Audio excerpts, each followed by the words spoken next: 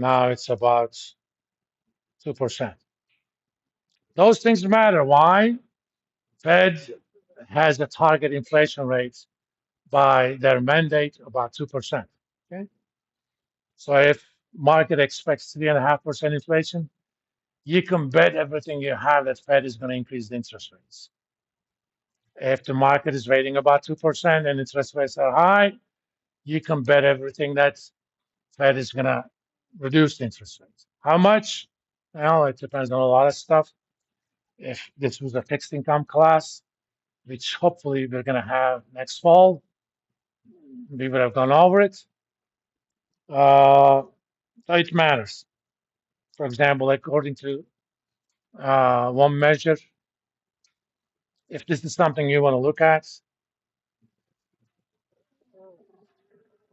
if you search for CME Fed Watch Tool, not ME, CME,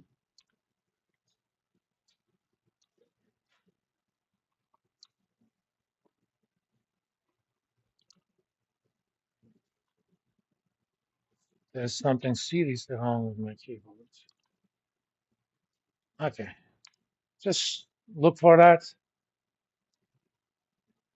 For example, by the end of 2025, this is the probable distribution of expected Fed funds rate. Right now, it's 475 to 5, I think. Let me see. Yeah, current is 475 to 5. And in less than 14 months, market is expecting something around 275 to 3. That is about 2% decline. That'll, that's going to mean 30-year mortgage rates are probably going to be around 450. Right now, it's about 615.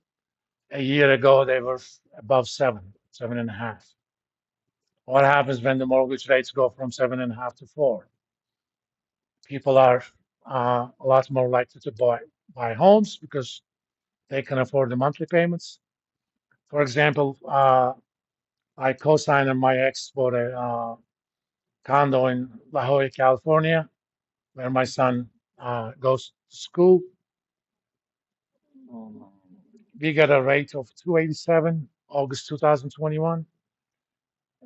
Her just the mortgage part is about $1,800.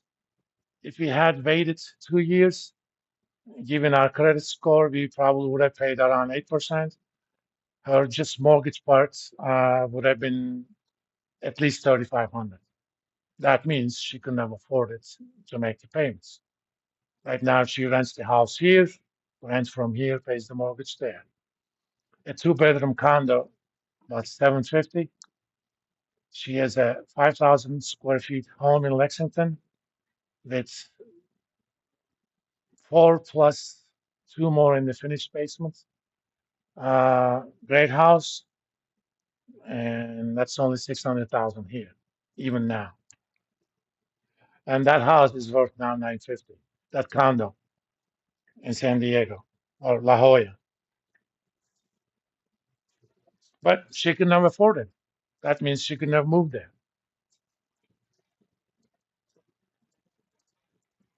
All right, let's talk about taxability. We have about 30 minutes, so we don't have time. Let's talk define after tax return as pre-tax return times 1 minus tau, right? Tau, small case Greek letter, which stands for T, is your marginal tax rate.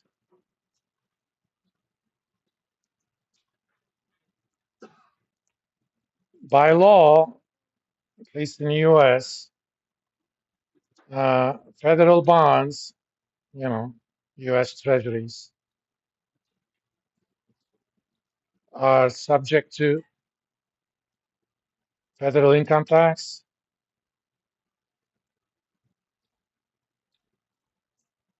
and free from state and local taxes, local income taxes.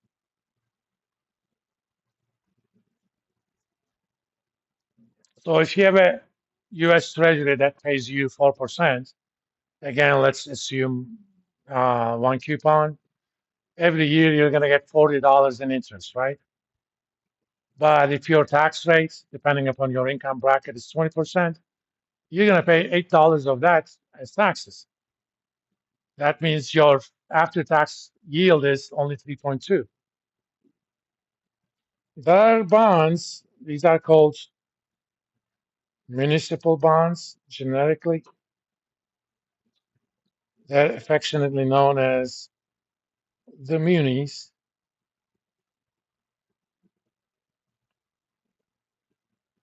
These are bonds issued by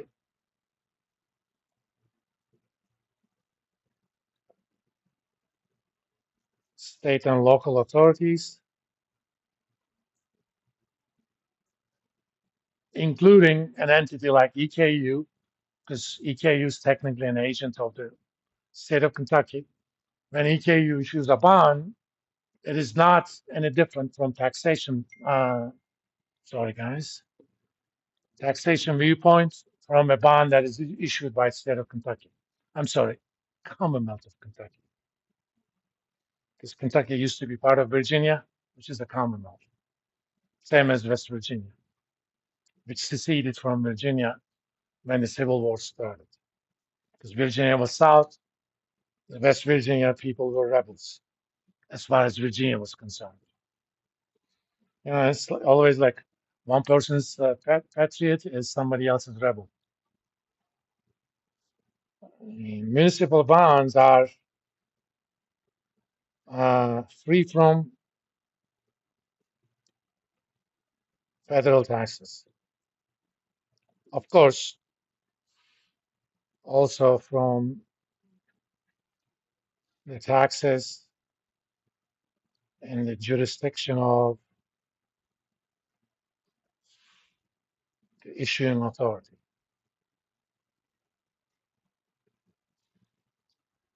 So if Commonwealth of Kentucky issues a bond, not only it's free from federal taxes, income taxes, it's also free from Kentucky state income tax. If you're in Texas, there is no state income tax, so it's a moot point. But every once in a while, there are double taxation treaties between states. I used to help former students with their taxes. They had 1 year income from both Michigan and Kentucky. Michigan and Kentucky has a double taxation treaty. So if you have income from Michigan, you can choose where to pay the tax, either in Michigan or Kentucky. Since Kentucky was lower, they paid it in Kentucky. Similarly, if you live in Michigan, you bought a Kentucky municipal bond, you pay no income taxes on that, and vice versa. So when you're compare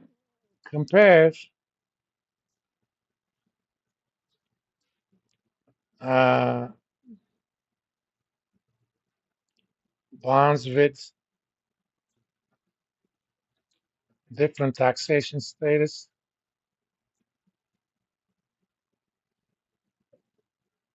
Uh, Come on, that scratch is supposed to act like an eraser, but it doesn't always work based on after-tax returns. So if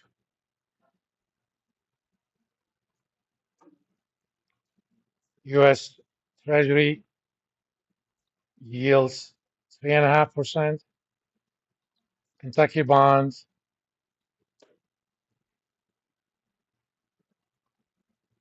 yields 3.2%, and your tax rate is let's do 20%. Are you going to buy the U.S. Treasury or the Kentucky bond? Well, it depends. On an after-tax basis,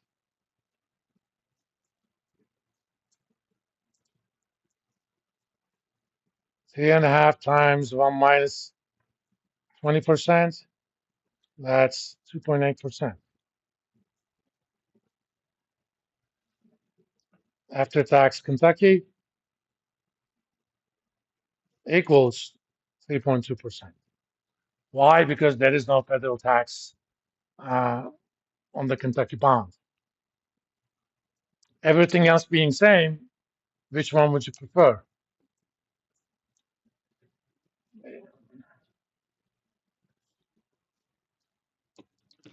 I mean, this is a rhetorical question, but you can still answer it. You obviously would prefer Kentucky bond, but I don't know if he's dead yet, but if he is, I always pay homage to him. I had an econometrics teacher who was also into computational stuff. Says in economics we have a term called ceteris paribus, which is kind of Latin for everything else being same. He says in economics ceteris is rarely paribus. Things are not always the same. So useful thought experiment, but in reality it's rarely same. Even if we assume that maturities are the same, so they're both same coupon, same maturity, U.S. Treasury and Kentucky bonds have some other different properties that's going to affect the way market views them.